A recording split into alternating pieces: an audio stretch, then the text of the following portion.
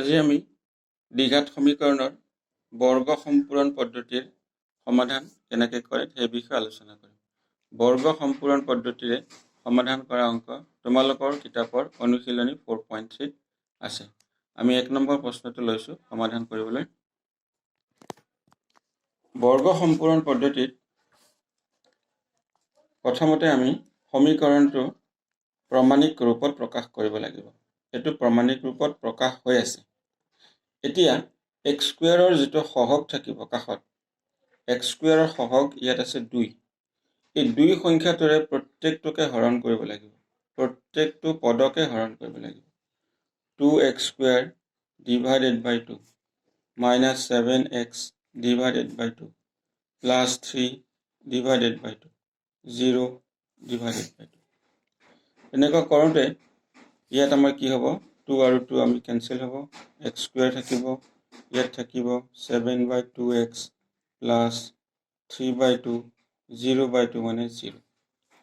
ইয়াৰ পিছৰ ষ্টেপত আমি কি কৰিম, এই প্ৰথম পদ দুটা এটা পূৰ্ণবৰ্গ সূত্ৰ কৰিম। পূৰ্ণবৰ্গ সূত্ৰ মানে হ'ল a plus b whole square নহলে a minus b whole square।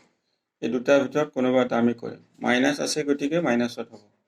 এতিয়া a minus b whole square পাবলৈ আমাক কি লাগিব, a square minus 2ab plus b square লাগিব। গতিকে a square minus 2ab plus b square এইখিনি আমি ইয়াৰ পৰা মিলাই লম। মিলাই লওঁতে আমি কিবা নতুন সংখ্যা যোগ দিবলগীয়া হ'ব পাৰে। যদি যোগ দিবলগীয়া হয় তেতিয়াহ'লে সমান চিহ্নৰ দুইফালে যোগ দিব লাগিব। এফালেও যোগ দিম, সেইফালেও যোগ দিম, সমানে সমানে।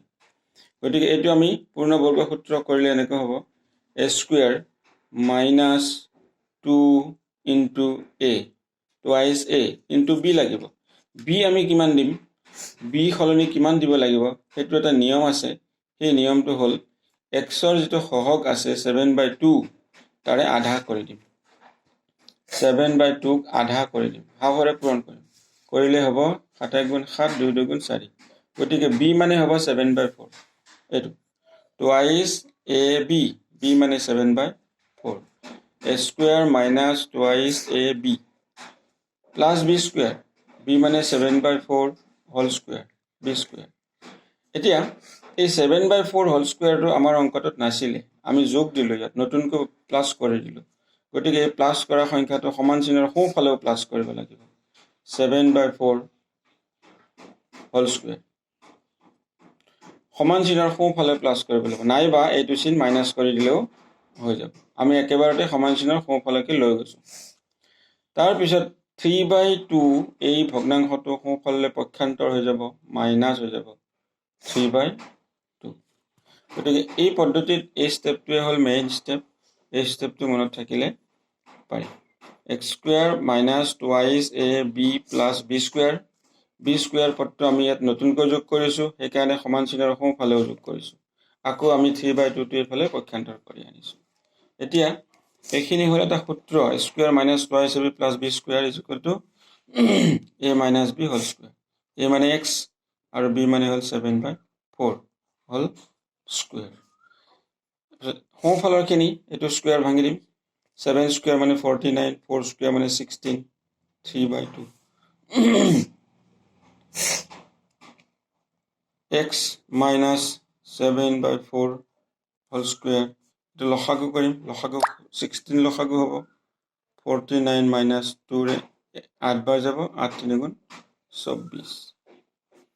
x minus 7/4 whole square is equal to, এইটো পাইটো বিয়োগ কৰিম, বিয়োগ কৰিলে থাকিব 25 25 16।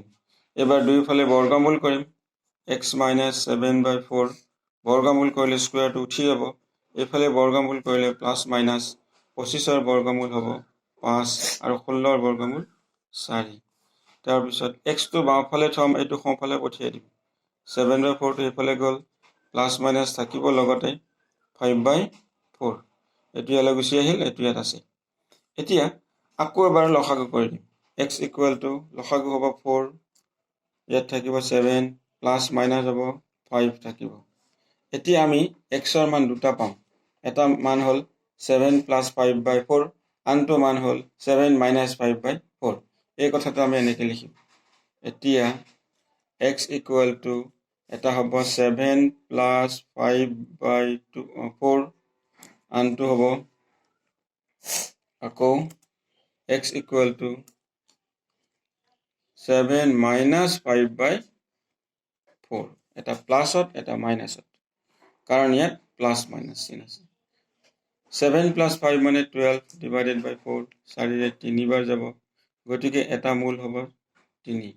7ৰ পৰা 5 গ'লে 2 হ'ব, ইয়াত 4 থাকিব, 2 1, 1/2, গতিকে আমি নিৰ্ণয় মূল পালোঁ দুটা। নিৰ্ণয় মূল হ'ল এটা 3, আনটো 1/2। এইদৰে আমি বৰ্গ সম্পূৰণ পদ্ধতিৰে এটা সমীকৰণ সমাধান কৰিব পাৰোঁ।